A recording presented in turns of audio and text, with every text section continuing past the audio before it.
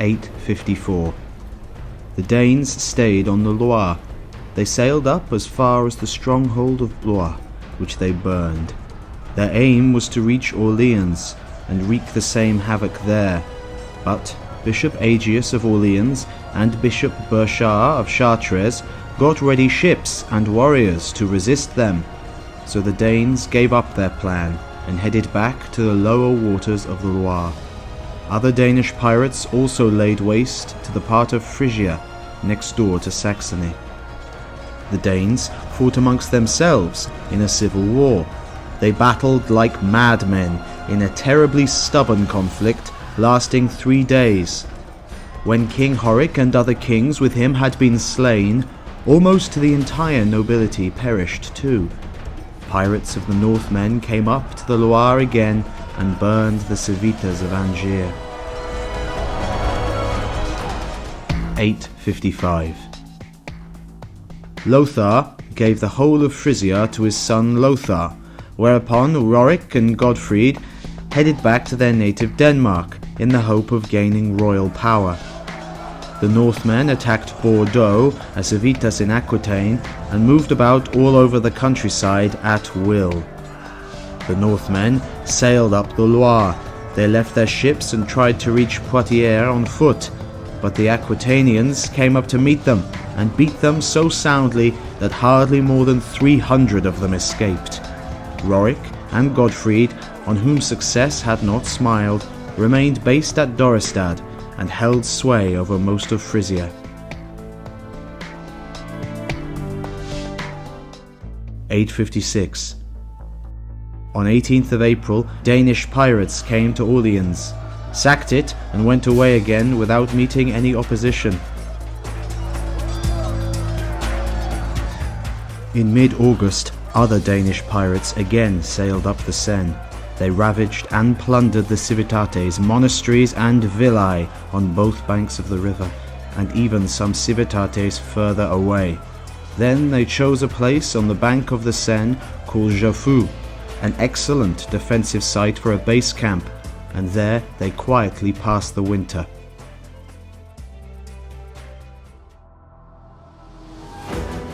(857). On the 28th of December, Danish pirates attacked Paris and burnt it. Those pirates who were based in the region of the Lower Loire sacked Tours and all the surrounding districts as far as the stronghold of Blois. The Danes who were coming up the Seine ravaged everything unchecked.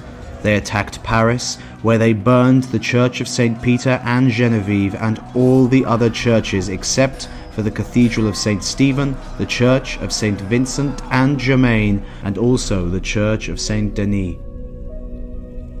A great ransom was paid in cash to save these churches from being burned.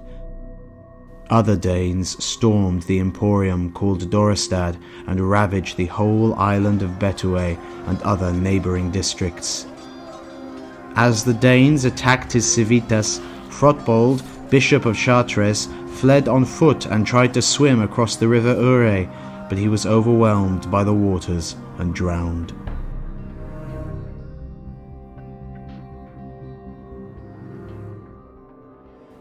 (858). Bjorn, chief of one group of the pirates on the Seine, came to King Charles at the palace of Verberie, gave himself into his hands and swore fidelity after his own fashion. Another group of these pirates captured Abbot Louis of Saint-Denis along with his brother Goselin and demanded a very heavy fine for their ransoms.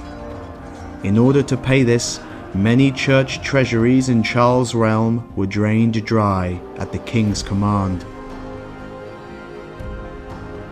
But even all this was far from being enough. To bring it up to the required amount, large sums were eagerly contributed also by the king and by all the bishops, abbots, counts, and other powerful men.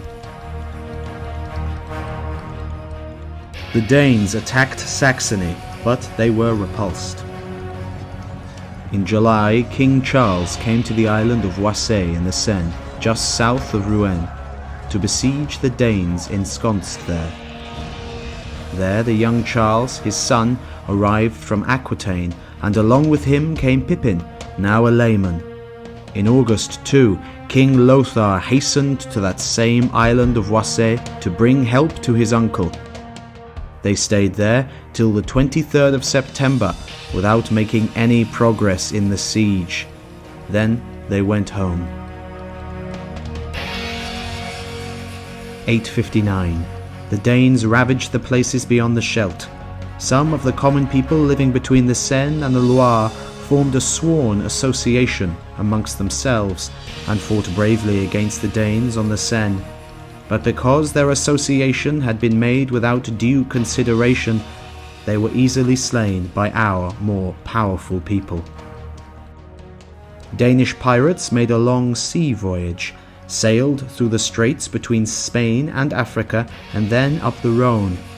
They ravaged some civitates and monasteries and made their base on an island called the Carmague.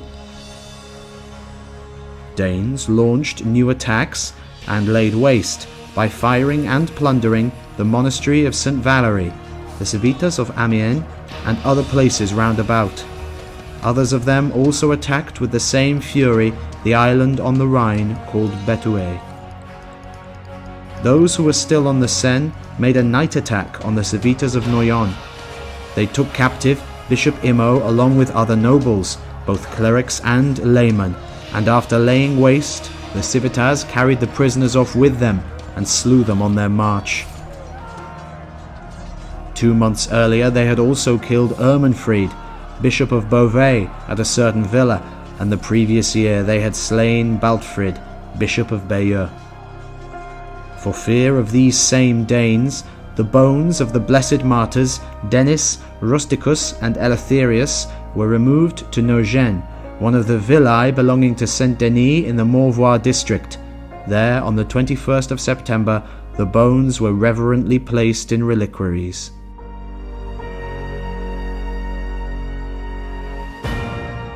(860). King Charles, deceived by the empty promises of the Danes on the Somme, ordered a tax to be levied on the treasuries of the churches and on all mansi, small farms, and on traders, even very small-scale ones.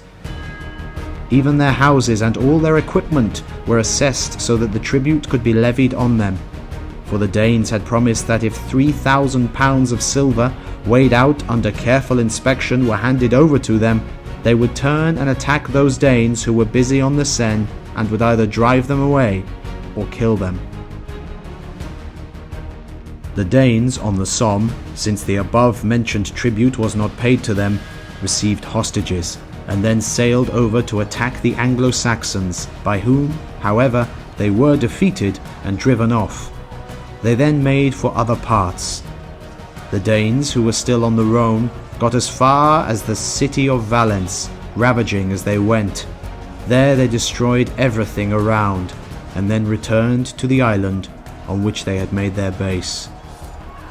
The Danes, who had been on the Rhone, made for Italy, where they took Pisa and other civitates, sacked them, and laid them waste.